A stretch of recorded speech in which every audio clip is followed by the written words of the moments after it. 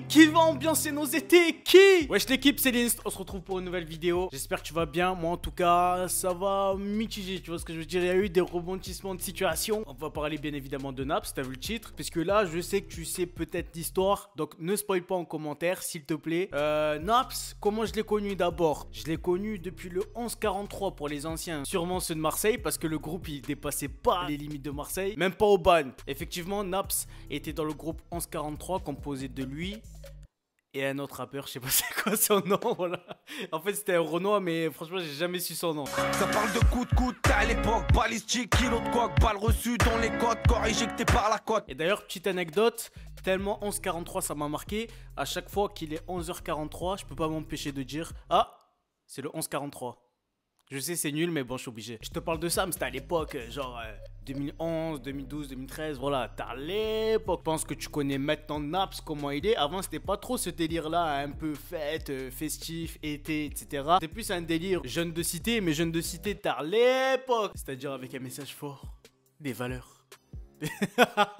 Non en vrai il a changé juste de style musical. Je trouve que maintenant il a trouvé sa voix. Personnellement, je trouve que c'était un peu du Jul à un moment donné, c'est-à-dire au début de son changement de variété. Il a trouvé son propre style, je te cite pas tous ses classiques, pochon bleu, t-shirt croco, tu connais je pense. D'ailleurs j'ai eu la chance entre guillemets de le rencontrer ce mec. La première fois c'était une anecdote assez hardcore. Je vous le raconte ou pas?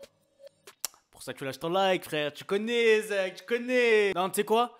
Je vais le raconter en fin de vidéo, voilà, comme ça les vrais, vraiment, ceux qui veulent savoir mon anecdote sur Naps, ils resteront jusqu'à la fin de la vidéo. Là on va parler du sujet principal, Naps arrête la musique. Donc comme tu peux le voir sur cette vidéo, regarde bien hein. Bon ok la famille, je vous explique.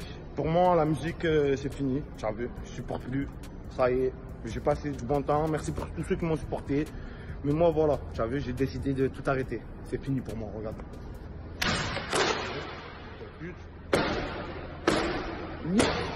Voilà, comme tu as pu voir sur cette vidéo, il est vraiment vénère. Je pense qu'il y a des choses qui l'ont déçu à sa tête. Il prend son disque d'or, il explose par terre et il dit qu'il arrête définitivement la musique, que c'était un bon délire quand même, qu'il remercie tous ses fans et qu'il arrête la musique. Moi j'ai vu ça, franchement j'étais un peu deg parce que je me suis dit il a sûrement eu des problèmes encore soit personnels ou soit professionnels liés à des histoires de contrat, des histoires de label, tu connais, de toute façon on va en parler. Et je te le dis d'entrée, je te spoil de suite, il n'arrête pas la musique. Le lendemain, il poste sur son Twitter, sur ses réseaux sociaux qu'il va sortir un nouvel album et que ça continue.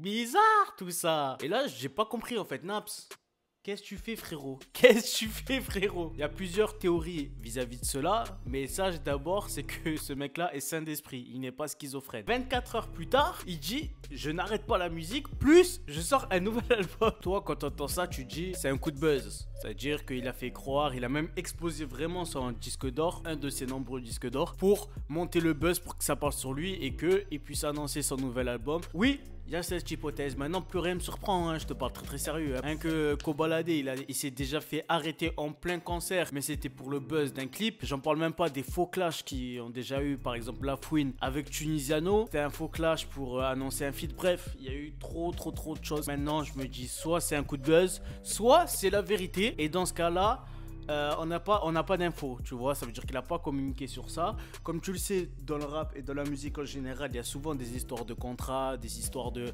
labels, c'est-à-dire que c'est pas tout le temps le rappeur, celui qui rappe, qui possède les droits de sa musique. Ça dépend le type de contrat que tu as signé avec ton label. Des fois, il y a des labels, ils te disent ouais, tu peux aller poser en studio, tu peux tourner des clips, on te paye tout, t'inquiète pas frérot. Et au final, qu'est-ce qu'ils font ? Soit ils te prennent tes droits, c'est-à-dire que là c'est vraiment hard, ça veut dire que ta musique elle t'appartient même plus.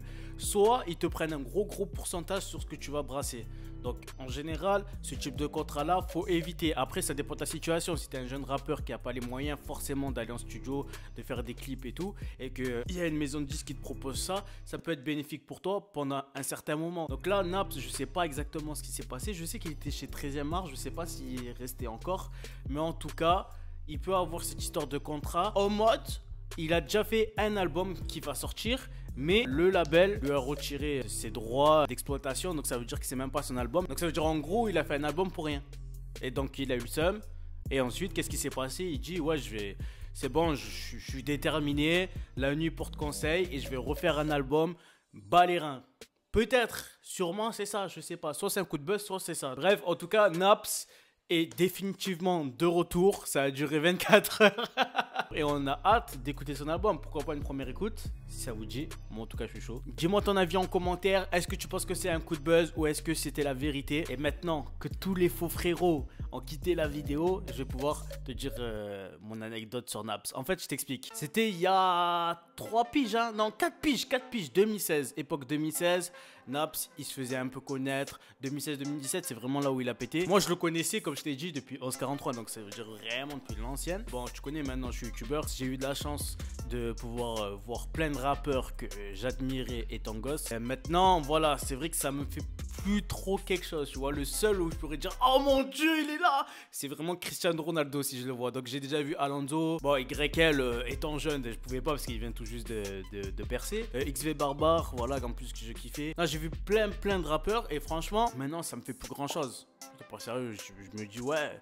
C'est cool que je sois avec eux, que je les vois et tout, c'est cool, mais je vais pas non plus leur demander un autographe ou des trucs comme ça. Donc là, en 2016, j'étais à mon école d'audiovisuel, prenais le métro à Marseille, et le truc c'est que j'étais avec des collègues, d'ailleurs c'est Drive By, les Sancho, d'ailleurs on attend les gars pour le film. Hein. Bref, j'étais avec des collègues, on revenait des cours, on prenait le métro, et qui envoie un APS, Naps. Collègues, c'était, je pense, hein, des fans de Naps, puisqu'ils voulaient leur demander une photo. Moi, personnellement, je suis resté en retrait, parce que voilà, c'est Naps. C'est comme, il y a des abonnés, ils me voient dans la rue, ils se disent, ouais, c'est LNST, je vais même pas le parler, tu vois, mais ça fait plaisir de le voir, mais même pas je lui parle. Donc voilà, moi, je m'en foutais d'avoir une photo ou pas avec Naps. Du coup, ils ont fait leur petite photo, il a dit, ouais, tranquille, équipe, merci du soutien et tout.